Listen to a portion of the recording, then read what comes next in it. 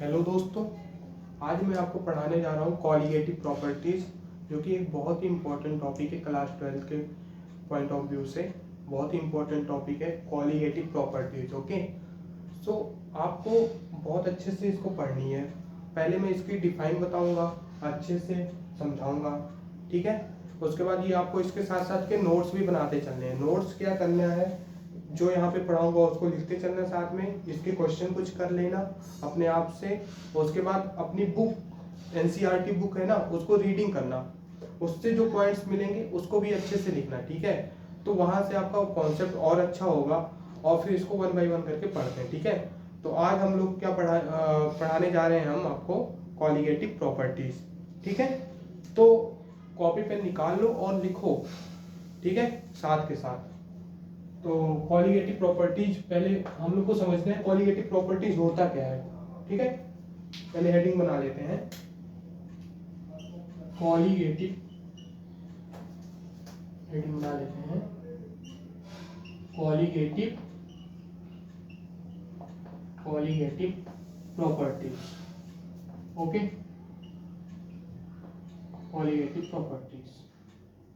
Okay, जैसे कि हम लोग जानते हैं ये कितने टाइप्स के होते हैं, 4 टाइप्स के होते हैं। 4 टाइप्स ऑफ कॉलिगेटिव प्रॉपर्टीज भी है। ओके, फर्स्ट इज, ये कितने टाइप्स के होते हैं, 4 types.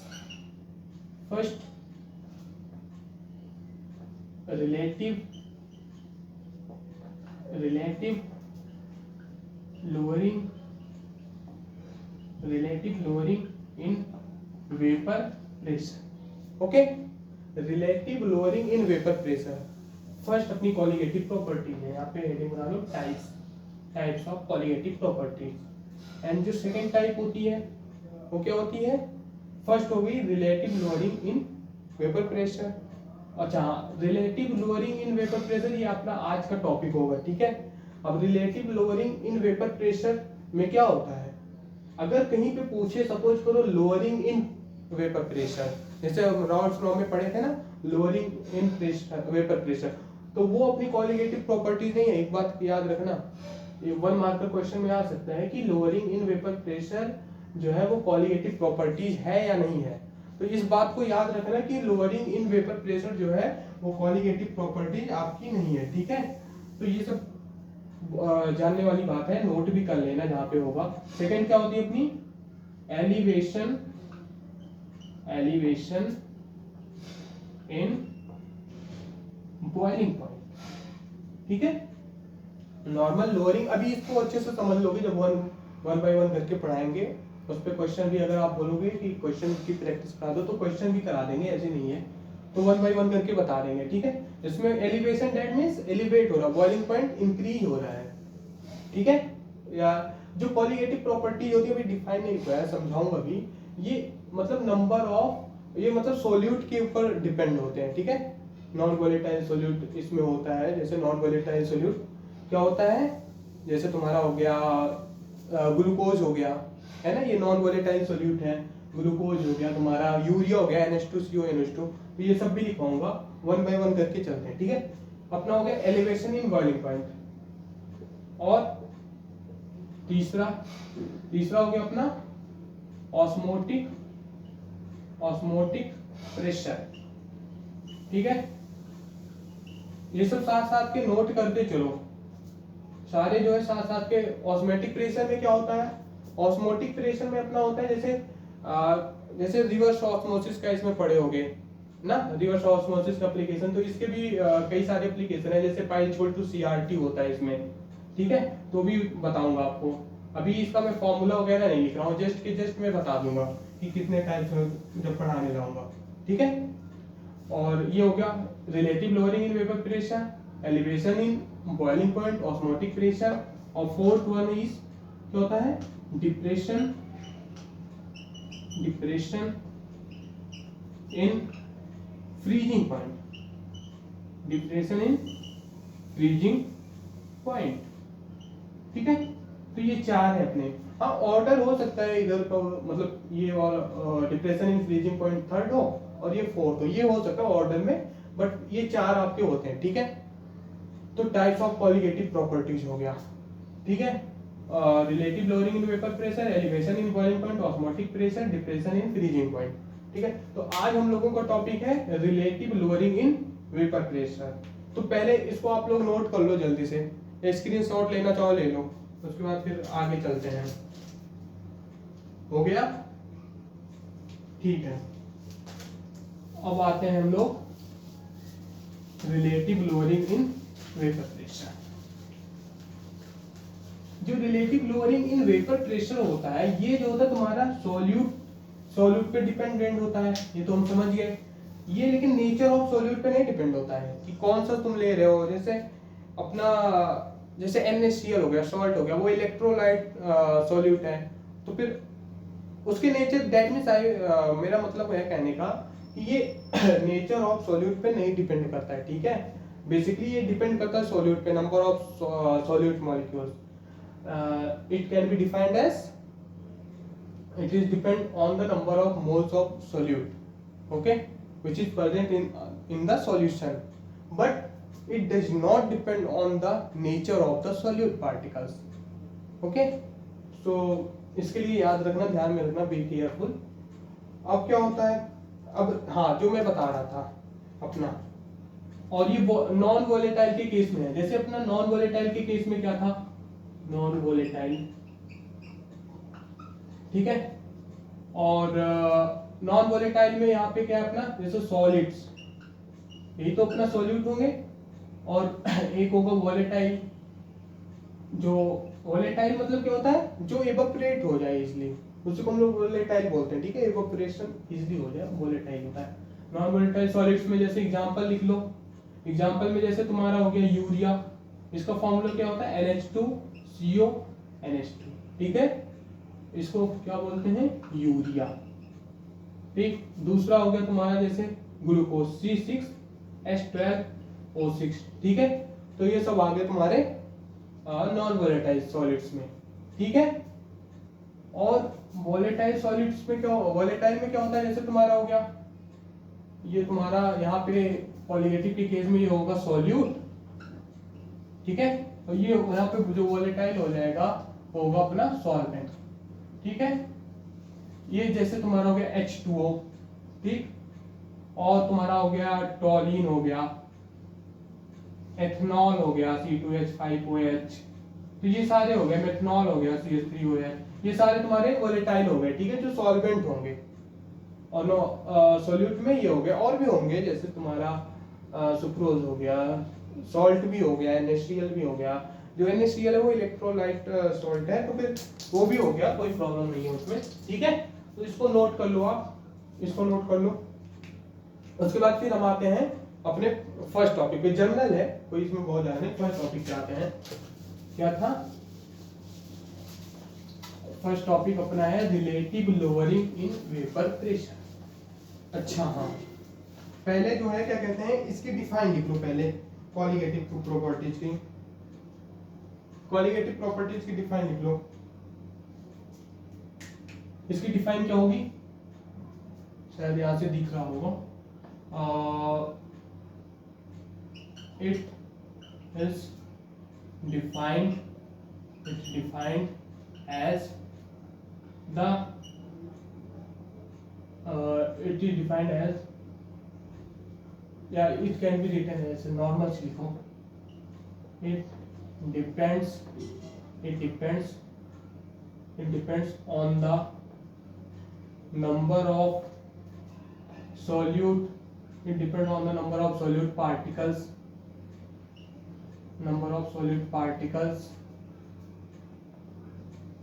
and it does not depend on the nature of the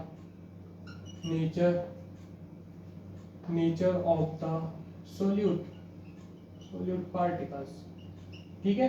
तो ये हो गया अपना कॉलिगेटिव प्रॉपर्टीज।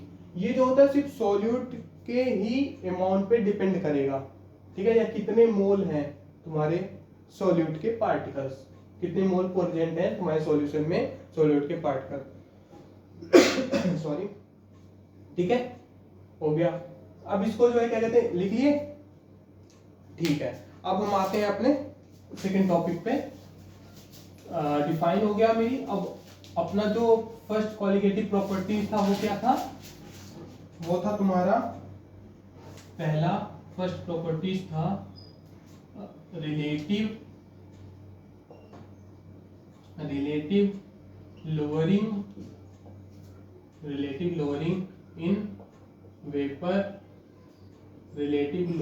Vapour pressure. ये अपना कौन सा था, ये फर्स्ट टॉपिक ये था कॉलिगेटिव प्रॉपर्टीज। देखता हूँ एक बार कैमरे में आ रहा है, हाँ कैमरे में आ रहा है बट वेपर प्रेशर थोड़ा ऊपर हो। Relative lowering in vapour pressure, ठीक है। अब पहले इसको खूब अच्छे से समझ लो, उसके बाद इसको नोट करना, ठीक है। हाँ मैं टाइम दूंगा। अब क्या होता है relative lowering in vapour pressure, vapour pressure के। अब देखो क्या अपने पास सपोज करो एक कोई कंटेनर है, ठीक है। मैं बना के डायग्रामेटिकली बताता हूँ, उससे ज्यादा अच्छे से समझ में आएगा, ठीक है। सपोज, एक second wait, suppose we have a container, okay. Container है। अब इसमें क्या है, इसमें मॉलिक्यूल्स हैं, इसमें सॉल्वेंट के मॉलिक्यूल्स हैं, ठीक है। ऐसे ऐसे कुछ प्रेजेंट होंगे, पूरे कंटेनर में होंगे सॉल्वेंट के मॉलिक्यूल्स, ठीक है। सॉल्वेंट के मॉलिक्यूल्स प्रेजेंट है ऐसे, ठीक। अब ये जो कंटेनर है ना, ये क्लोज्ड कंटेनर है, ठीक है। जैसे पढ़ते थे हम लोग ना वो स्टेट्स ऑफ 11th में, स्टेट ऑफ मैटर में, जब भी हमको प्रेशर देखना होता था या सरफेस टेंशन वगैरह तो देखते थे ना इसमें। तो ये अपना क्या है, क्लोज्ड कंटेनर, ओके। अब क्लोज्ड कंटेनर है। अब देखो अब ये क्या होगा, जब इस पे टेम्परेचर बढ़ेगा या कुछ भी टेम्परेचर बढ़ेगा तो कोलिजन होगा, ठीक है। कोलिजन होने की वजह से तो ये इवेपोरेट होना स्टार्ट होगा, ठीक। अब इवेपोरेशन होगा स्टार्ट, ठीक है। अब इवेपोरेट हो रहा है तो यहाँ पे क्योंकि क्लोज्ड कंटेनर है तो प्रेशर तो बनेगा ना पूरे कंटेनर में। मॉलिक्यूल्स जब कोलाइड होंगे एक दूसरे से तो इवेपोरेट होगा। अगर ओपन होता तो एटमॉस्फेयर में चला जाता, कोई इफेक्ट ना आता। बट जो है ये क्या है, क्लोज्ड कंटेनर के अंदर में तो इवेपोरेट होगा, फिर इसमें जो होगा प्रेशर इंक्रीज होगा। जैसे इसका मैं बताता हूँ एग्जांपल। जैसे अपने घर में जो प्रेशर कुकर है उसमें देखो, प्रेशर कुकर में क्या होता है, जो भी कोई हम लोग मॉलिक्यूल्स डालते हैं, जैसे कुछ भी बना रहे हैं सपोज करो, तो उसमें क्या होता है, जब प्रेशर टेम्परेचर तुम देते हो, ठीक है, फिर कोलिजन होता है आपस में। कोलिजन होने के बाद क्या होता है, उसके जो मॉलिक्यूल्स होते हैं वो इवेपोरेट होना स्टार्ट होते हैं, ठीक है, ये सरफेस मॉलिक्यूल्स। तो अब ये इवेपोरेट हो गए क्योंकि कंटेनर क्लोज है तो बाहर तो जा नहीं सकता, ठीक है। But in the case of pressure cooker उसमें क्या होता है, तो फिर सीटी आ जाती है, ठीक है। तो वो एग्जांपल एक तरीके से इससे रिलेट कर सकते हो, जस्ट फॉर अंडरस्टैंडिंग था वो। लेकिन इसमें क्या होगा, जब इवेपोरेट होगा तो इसमें प्रेशर क्रिएट होगा और इसमें एस्केप होने की कोई गुंजाइश नहीं है, एस्केप नहीं हो सकता क्योंकि पूरा फुली क्लोज्ड कंटेनर है अपने पास, ठीक है। तो इसमें जो प्रेशर क्रिएट होगा वो कौन सा प्रेशर होता है। सपोज करो ये अपने जो मॉलिक्यूल्स है ना वो हम लोग मॉलिक्यूल्स का नेम कर देते हैं जिससे थोड़ा इजी होगा रिलेट करना। तो सपोज करो हम ए मॉलिक्यूल्स ले लेते हैं, ठीक है। ये सारे मॉलिक्यूल्स ए हैं।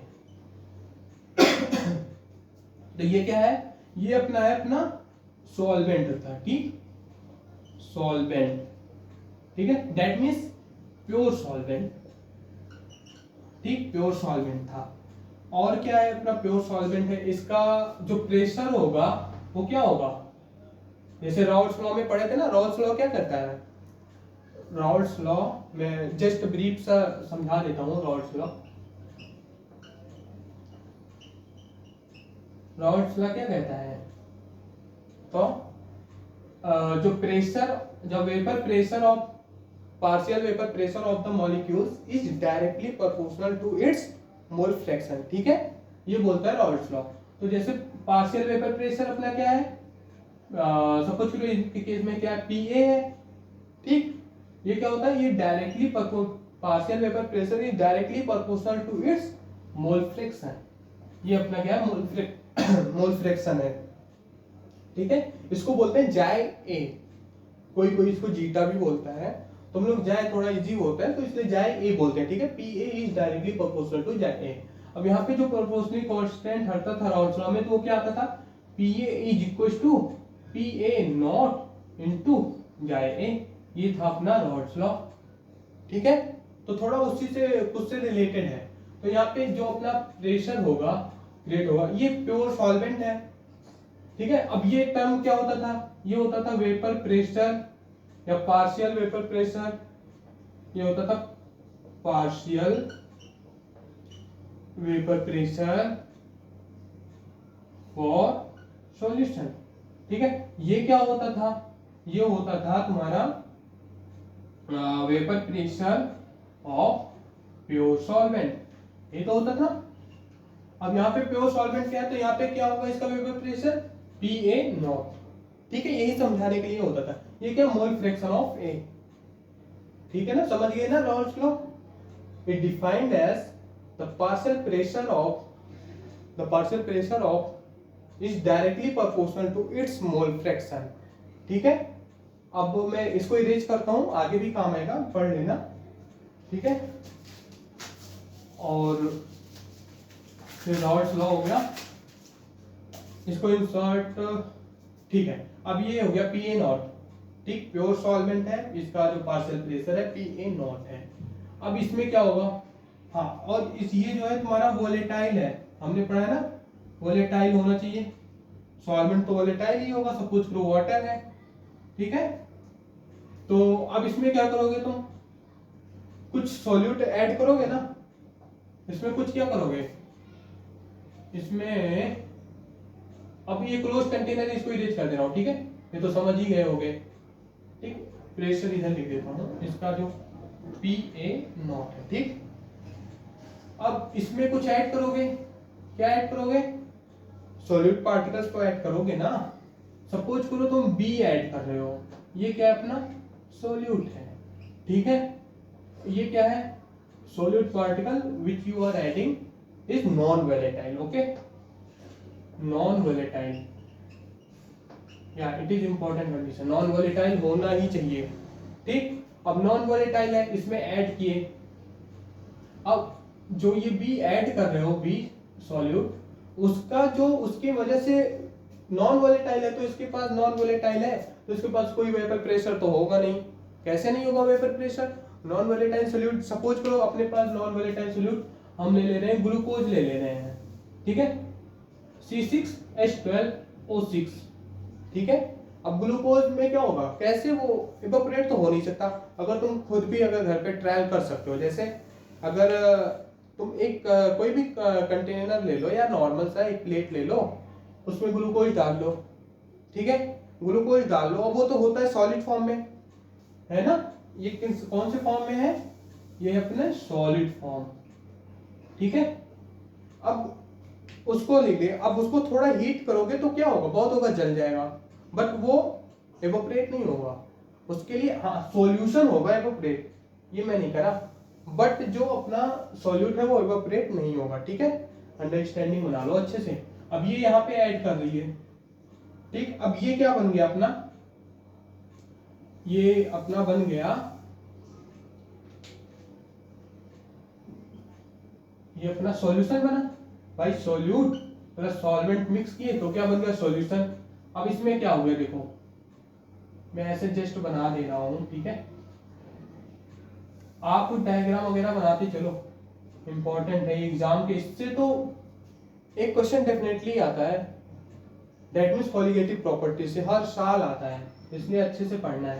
तो यहाँ पे जो होगा ए, सपोज करो ये ए मॉलिक्यूल्स अपना सॉल्वेंट वाला है, ठीक है। अब जो इसके बीच में गैप है, इसके बीच में गैप है, एक सेकेंड लिख देता हूं, ये अपना सॉल्वेंट वाले मॉलिक्यूल्स हो गए, ठीक। अब ये हमको मालूम है सॉल्वेंट के मॉलिक्यूल्स तो ज्यादा होंगे, बहुत ज्यादा होंगे, ठीक है, और सॉलिड के मॉलिक्यूल्स बहुत लेस क्वांटिटी में होते हैं, है ना। अब इसमें क्या होगा, सपोज करो ये जो ऐड किए थे बी, ये बी ऐसे आके बीच बीच में कहीं कहीं पे बैठ गए, ठीक है, ये अपना सॉल्यूट वाले मॉलिक्यूल्स आ गए। अब हाँ कंटेनर ये भी क्लोज है, कंटेनर तो क्लोज ही होना चाहिए, ठीक। कंटेनर जो है ये भी क्लोज है। अब क्या होगा, अब ये भी जब हीट वगैरह दोगे तो टेम्परेचर इंक्रीज होगा, फिर कोलिजन बढ़ेगा, कोलिजन बढ़ेगा तो ये वेपराइज होंगे, ठीक है, एवोपरेट होना स्टार्ट होंगे। तो जो इनका प्रेशर आएगा वो क्या है, ये सॉल्यूशन है, ये क्या है, सॉल्यूशन, ठीक। सॉल्यूशन है तो इसका जो क्या आता है तुम्हारा, सॉल्यूशन में सॉल्यूट और प्लस सॉल्वेंट है, तो इनका जो वेपर प्रेशर आएगा, ये वेपर प्रेशर जो इनका आएगा वो कितना आएगा, इसको क्या लिखोगे, इनको PA0 लिखे थे, इनको क्या लिखे थे, PA0, ठीक है, और इनका हो जाएगा PA, ठीक है। The vapour pressure of pure, sorry not pure, the vapour pressure for pure solution, vapour pressure for solution, ठीक है। प्योर टर्म तो सॉल्वेंट के लिए यूज होगा, ठीक है। समझ में आया, अपने पास एक कंटेनर था, उसमें प्योर सॉल्वेंट था, उसका जो वेपर प्रेशर हुआ वो PA0 है, फिर उसमें हम लोग सोल्यूट ऐड किए, वो नॉन वोलेटाइल सोल्यूट था, इसलिए उसका जो प्रेशर होगा वो PB होगा, ठीक। अब इसमें जब ऐड किए सोल्यूट प्लस सॉल्वेंट मिला तो अपना क्या बन गया, सॉल्यूशन, राइट। सॉल्यूशन बनने के बाद ये भी टेम्परेचर दिए, कोलिजन हुआ, कोलिजन होने के बाद फिर प्रेशर हुआ, प्रेशर क्रिएट हुआ, जो प्रेशर क्रिएट हुआ वेपर प्रेशर, उसको बोलेंगे vapour pressure of for solution, ठीक। अब ये चीज क्लियर होना चाहिए हमको, ठीक है। अब क्या करेंगे, अब इसके फॉर्मूले कुछ है वही ड्राइव कर लेते हैं, उसके बाद अबाउट टू एंड है, कॉन्सेप्ट मेन यही था, ठीक है। अब इसके फॉर्मूले हैं, जैसे देखो फॉर्मूले कैसे निकालोगे, क्या होता है, पहले इसको देखो, हाँ एक चीज, इसके जो प्रेशर होंगे, वेपर प्रेशर इसका होगा, ये ज्यादा होगा, PA0 first point is greater than PA, जाहिर सी बात है भाई ना। अगर तुम नॉर्मल सपोज करो तुम्हारे पास नॉर्मल सा वाटर है, ठीक है, suppose you have a water and you want to boil it, so if you will add solute particles which is non volatile like glucose, sucrose or anyone, then when you will add, then after that what you will notice that the boiling point of water is increase or decrease, okay, both the cases are possible. So you will have to know that if you will add non volatile solute particles in the pure solvent, then you will get solution which have change in pressure, vapor pressure, boiling point, freezing point at all, okay. So you will have to understand, it is very important. तो जब भी याद कोई भी condition हो, अगर solution किए vapour pressure बना तो PA0 हो जाएगा, उसका सॉल्यूशन बना उसमें, ठीक है। तो ये चीज समझना, तो इसका प्रेशर ज्यादा होगा, इसमें इसके प्रेशर मतलब इसका नेग्लिजिबल है, जो वेपर प्रेशर है इसका ऑलमोस्ट नेग्लिजिबल है, इसका वेपर प्रेशर, ठीक है। तो इतना केस हो गया। अब इसका जो फॉर्मूला होगा वो कैसे डिराइव होगा, हमें मालूम है PA is directly proportional to क्या, मोल फ्रैक्शन ऑफ, किससे आया ये, अकॉर्डिंग टू रॉल्स लॉ, हम उन्हीं के हेल्प से फॉर्मूले इनके डिराइव करना है, ठीक है। PA is directly proportional to chi, so PA is equal to PA0 into chi, ठीक है। 1 मिनट मैं देखता हूँ बोर्ड में आ रहा है, हाँ आ रहा है, ठीक है। PA is equal to PA0 into chi, ठीक है। अब क्या होगा, अब इनमें जो फॉर्मूला बनेगा अपना, अब देखो हमें मालूम है मोल फ्रैक्शन पहले क्या होता है बता दो, यहाँ पे मोल फ्रैक्शन होता है अपना जाय A is equal to number of moles of A divided by number of moles of A plus number of moles of B, ये तो फॉर्मूला हो गया, ठीक है, जाए ए का। और दूसरा हमें मालूम है कि जो जाय होता है, जाय ऑलवेज लेस देन 1, जाय ए ऑलवेज लेस देन 1, ठीक है। सो जो सेकंड अपना कॉन्सेप्ट बना, क्या बना, जाय ए ऑलवेज लेस देन 1, ठीक है। ये बन गया अपना सेकंड कॉन्सेप्ट। अब इसी से और हाँ, और क्या लिख सकते हैं, तो जाय ए को हमें मालूम है, जाय ए प्लस जाय बी इज इक्वल टू 1। तो हम लोग जाय ए को क्या लिख सकते हैं, जाय ए इक्वल टू 1 माइनस जाय बी। हम लोग सब्स्टिट्यूट कर सकते हैं ना, ये वैल्यू हम उठा के यहाँ पे रख देंगे, ठीक है। तो क्या हो जाएगा, P A is equal to P A not, ये वैल्यू यहाँ पे पुट कर दोगे तो 1 माइनस जाई बी, ठीक है। अब इसको मल्टीप्लाई करा दो, सिंपल अब कैलकुलेशन है, मैथमेटिकल कैलकुलेशन है नॉर्मल सा। कॉन्सेप्ट जो था, मेन कॉन्सेप्ट सबसे ये था, ठीक है। अब क्या हो जाएगा, P A is equal to P A not minus P A into chi B, okay. After that इस वाले टर्म को इधर ले आओ, क्या हो जाएगा, P A not into chi B is equal to P A not minus P A, ठीक। अब क्या हो जाएगा, जाई बी, हम लोग को यही निकालना है, मोल फ्रैक्शन ऑफ बी ही निकालना होता है, या molar mass of B solute particles के निकालने होते हैं, या मास ऑफ सॉल्यूट पार्टिकल्स के ही निकालने होते हैं। पी ए जनरली गिवन होता है, ठीक है। कहीं कहीं पे मोल फ्रैक्शन भी गिवन होता है, वो तो डिमांड ऑफ क्वेश्चन के अकॉर्डिंग हो जाता है। तो ये जाई बी इज इक्वल टू क्या हो जाएगा, P A not minus P A divided by P A not, ठीक है। ये अपना एक फॉर्मूला आ गया, ठीक। Chi B equals to P A not minus P A upon P A not.